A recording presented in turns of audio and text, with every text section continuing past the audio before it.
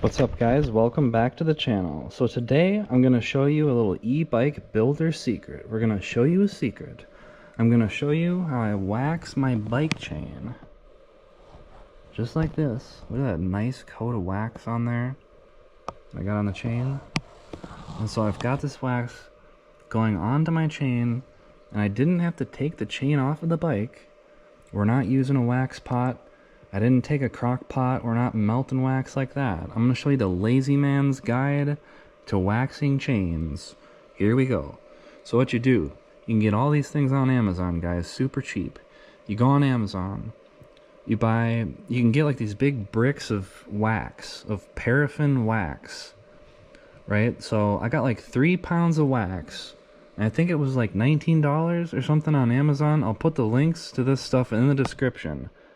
And it's a little bit of an investment. Like, you're kind of buying wax in bulk and buying some stuff in bulk a little bit here. But what you're going to get is just, it's better. It's wax. You can make it how you want. So it's going to be affordable. You're going to have a whole bunch of it that should last you the whole season. So let's go. So what do I do?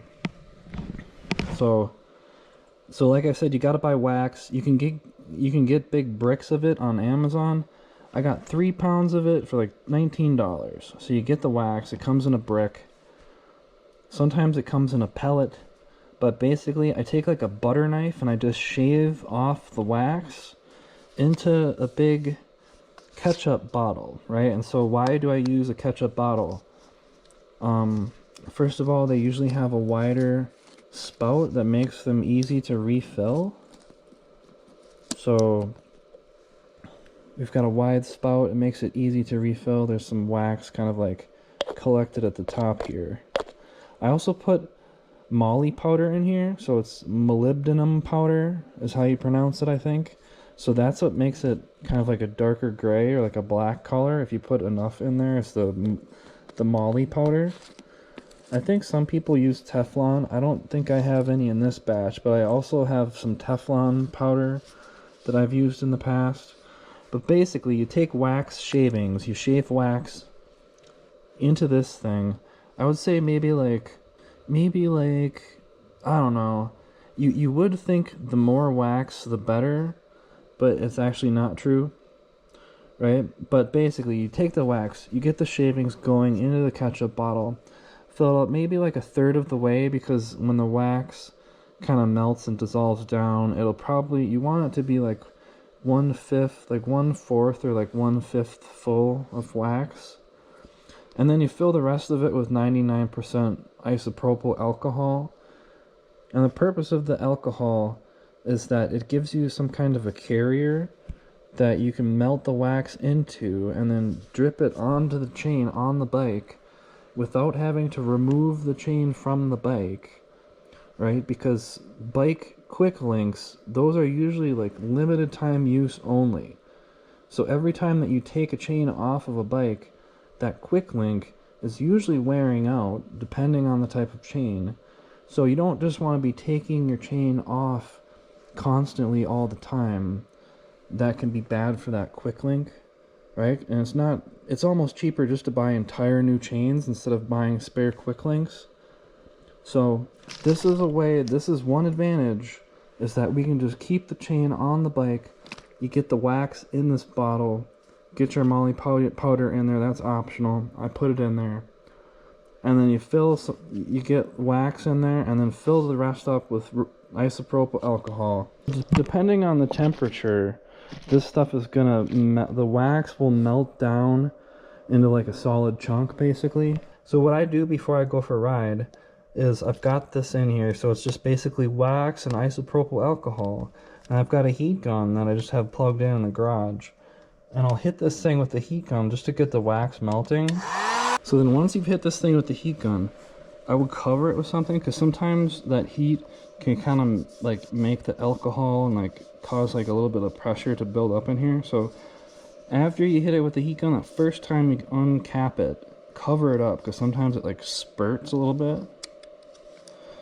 So then after that, I've got a zip tie tied on here to this cap. And so the purpose is that is like And this also has a really wide nozzle that this comes out of. So it's easy to get out in a generous fashion while you're putting it on your chain. So now that I've got this wax in here and it's all melted, let's get some of it on there.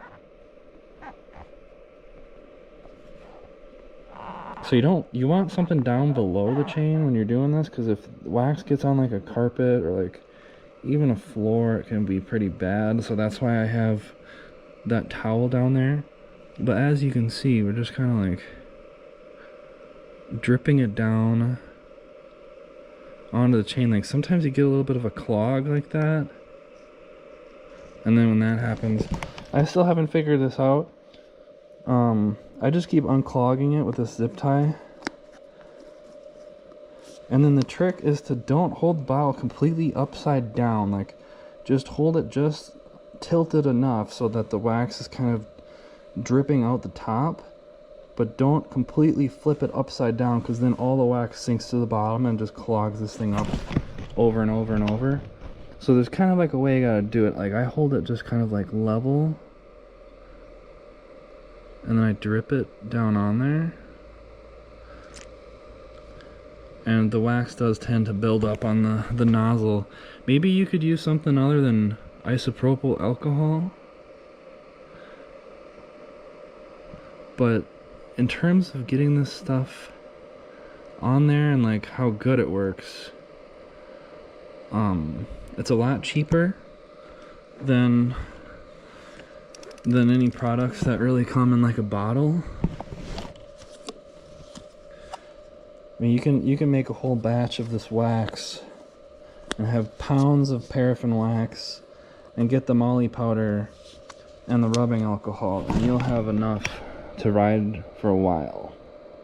So one tip is don't touch the nozzle down onto the chain, because that tends to cool the wax down really fast and then it starts getting stuck. I just let it drip down on there.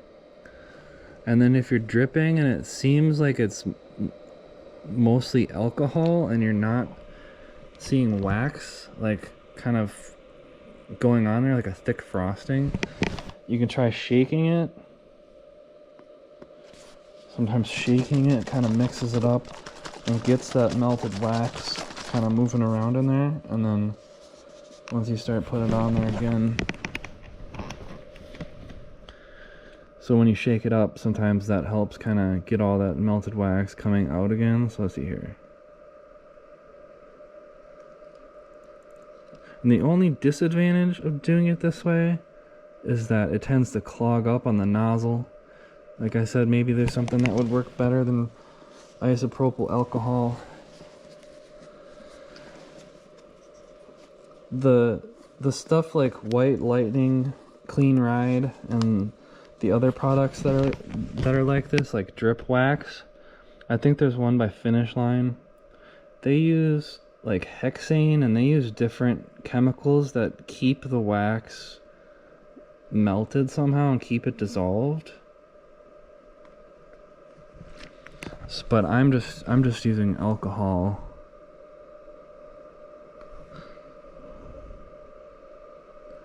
And with the alcohol, it does tend to like clump up a little bit as you're putting it on. But I mean, when you buy all these ingredients, you just get so much of the stuff, and it's gonna last so long that it's just like, I just slop it on there indiscriminately. Now look at this. Look at my chain. Look how nice and waxy that is. And I mean, you don't want to miss one. Like back here, we don't want to miss these guys. There we go. And so yeah, the disadvantage is wax can get all over the place. If you're a clean freak, you're gonna have some cleaning up wax to do. But at least the alcohol dissolves and the wax works great. See, look at that. The thing is totally waxed. Look at that. Oh my goodness. Alright guys, well that's my secret trick. That's how I wax my chains. Works great. Works great with the mid-drive. I basically do this, you know, after every ride so that it's ready to go for the next one. So make sure you like and subscribe, and let me know in the comments, how do you wax your chain? How do you do it? What do you think of this method? Thanks for watching, bubs. See ya.